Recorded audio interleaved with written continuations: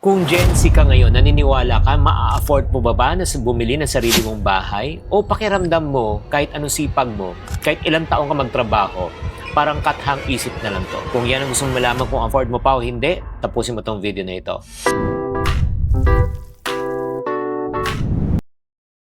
Hi there, this is Shinkitan, your pambansang wealth coach, usapang real estate at Gen Z po tayo. Para sa mga nag-uumpisa na magtrabaho ngayon na sinasabi, naku, napakataas na ng presyo ng property. Imagine mo, kumikita ka ng 25,000 kada buwan. May pagkain, pamasahe, kuryente, internet, insurance, tumutulong ka pa sa pamilya, tapos sasabihin sa'yo, mag-ipon ka para sa down payment. Magandang advice, pero ang tanong, down payment para saan? Dahil yung presyo na dito sa Metro Manila, umaabot na sa 4 to 8 million. Eh kung ang property 5 million, kung 10% ang down payment, half a million agad yun. Hindi pa kasama reservation fee, taxes, closing costs, association dues, furniture, monthly amortization. Kaya nga ang tanong, may pag-asa pa ba na magkaroon ng sariling bahay ang Gen Z? Alam mo, siguro kailangan po natin pag-usapan muna to, yung tinatawag natin, is this right now expensive or unaffordable? Kasi sa totoo lang, parating nga sinasabi nagkakaroon daw tayo ng oversupply, condominium unit is in particular. But in reality, I don't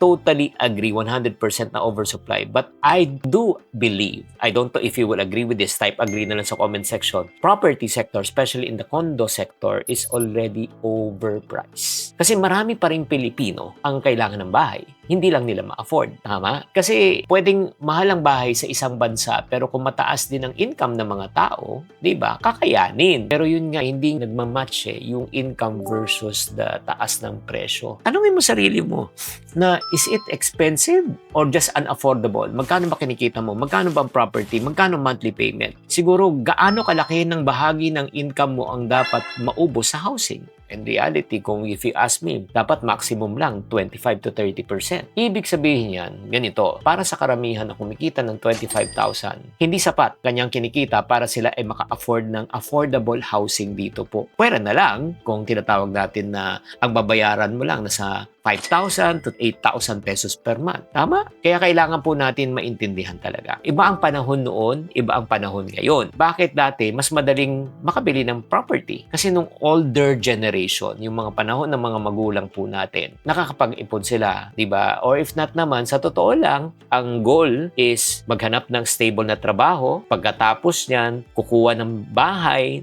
tapos hulug-hulugan. Eh kasi affordable pa ang bahay noon. I can still remember, nung 1985, ang lot area na nabili ng magulang ko nasa around 70 plus square meter ang lot. Ang floor area nasa 200 square meter na townhouse units. 3 floors, 4 bedrooms po siya. Alam nyo magkano lang po nung panahon na yun, 1985, ang townhouse unit ay nasa only 300 plus 1,000 pesos. Siguro sabihin mo, pagbilan nga ng 10 ngayon. So imagine mo, may lote ka na 200 square meter kang property. Pinag-ibig pa yun. So, yung monthly amortization nila siguro per month, nasa, I think, a few thousand pesos lang. Na affordable pa. Pero ngayon, hindi na ganun ka-affordable. At ang sad reality pa, pag kumikita ka lang ng 25,000, bago ka pa utangin ng bangko, o ito pa, titignan yung kakayanan mo, employment stability mo, payment history mo, may utang ka ba? Sabihin na natin kung maglalaan ka lang ng 7,000 to 8,000 out of your 25,000 sa housing, mahirapan mo na ipasok yan sa mga 4 million to 8 million pesos property na kondo. Diba? Nagigets nyo? Ako, nakabili ako ng kondo when I was in my 20s, nung single pa ako. Pero yun nga, nung nabili ko yung kondo, nakapag-ipon po ako. That's number 1. Number 2, during that time, ang kondo, nasa 1 plus million lang ang mga 30 plus square meter. Affordable pa nun. So ngayon, ito nga ang isang malaking katanungan Para sinasabi na oversupply ng mga condo units. Pero alam mo, sa totoo lang, it's not an issue of only oversupply. It's an issue of overprice. Maraming units pero walang bumibili kasi hindi na-afford. Parang restaurant, maraming pagkain sa menu pero walang kumakain kahit masarap. Bakit? Hindi afford ang presyo. Kaya para sa mga taong gustong pumasok sa real estate, sa mga investor naman, lalo na mga Gen Z, always remember, iba na yung belief na property always goes up by 10 to 15% per year. Before, yes.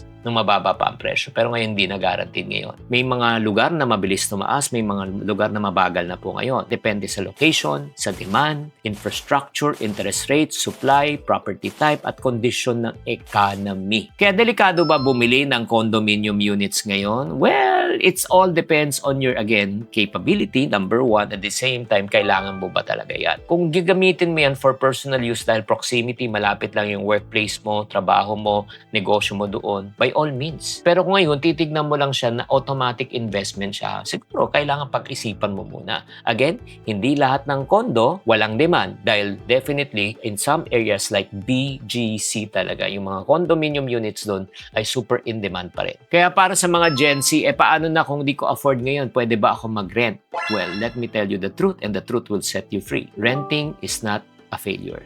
Yes, itong kailangan marinig ng mga Gen Z. Hindi ka failure dahil umuupa ka lang. Minsan, renting is a wiser choice. Bakit po? Kasi hindi ka pa sigurado na talagang long-term ka sa area na yan. Hindi ka sigurado na 3 years or 5 years ka magtatrabaho doon. Posible, alam mo, pwede kang lumipat. Posible na pwede kang mag-abroad. Pwede kang mag-start ng family. At yung condo na binili mo na pang dalawa, kailangan mo na mas malaki. Hindi ibig sabihin na renter ka, loser ka. No. Ang ibig sabihin lang, hindi mo pinipilit ang isang 20-year commitment habang ikaw ay hindi pa handa. Kaya nga, napakaganda, habang ikaw ay nagre-rent, you can still build up your emergency fund, increase your income, pay off your outstanding debt, improve your credit standing, and build up your down payment fund for your dream house. So rent ka muna. At para sa mga taong nagsasabi, ako naman may pera na ako, Gen Z ako at ready na ako bumili, okay, ito na yung final tip ko po sa iyo. Number 1, income before property. What do you mean? Huwag mong unang itanong anong kondo ang bibilin mo. Ang itanong mo, anong kondo ang afford mo. Kung 25,000 ang income mo, baka hindi property,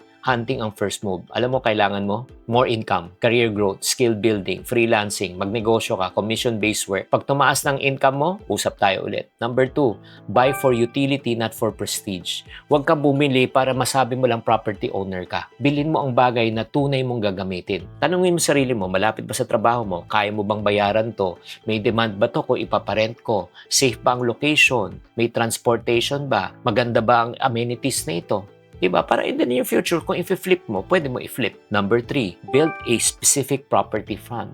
Huwag mo sabihin mag-iipon lang ako. No, maglagay ka ng target. Halimbawa, 600,000 ba down payment? How many years? Kung sinabi mo in 5 years gusto ko mabili yan, so ibig sabihin yan, 600,000 divided by 5, 120,000 pesos per year, 10,000 pesos per month ang tilatabi mo na. May plano ka talaga. Kaya nga last but not the least, ang pakiusap ko, do not rush. Maraming gumagamit ng tinatawag na last unit. Price increase next week. Sayang ang opportunity. Huwag kang magpapabudol dyan. Ang property na gusto mo ay hindi minamadali.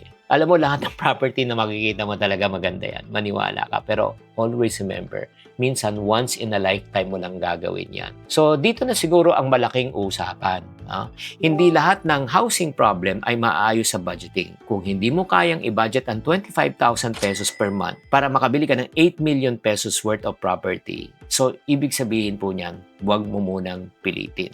Kaya gusto kong iiwan to sa'yo, mga Gen Z, owning a home is still a beautiful goal. Pero huwag mong gawin sukatan ang worth ng property ownership. Baka in other words, imbis na maging blessing to, baka maging sumpato para sa iyo. Know your numbers, increase your income, protect your credit, build your emergency fund, research before buying. Sana naman natutunan po kayo sa episode na ito. Tanungin nga kita after hearing all this information, ikaw ba, panahon na ba para ikaw ay bumili ng property or hindi? Mag-comment kayo sa comment section. Chinky Tan, with over 6 million Facebook followers, 2.8 million YouTube subscribers, and 2.4 million TikTok fans, is now all out to share with you the most practical, simplest path to lasting wealth.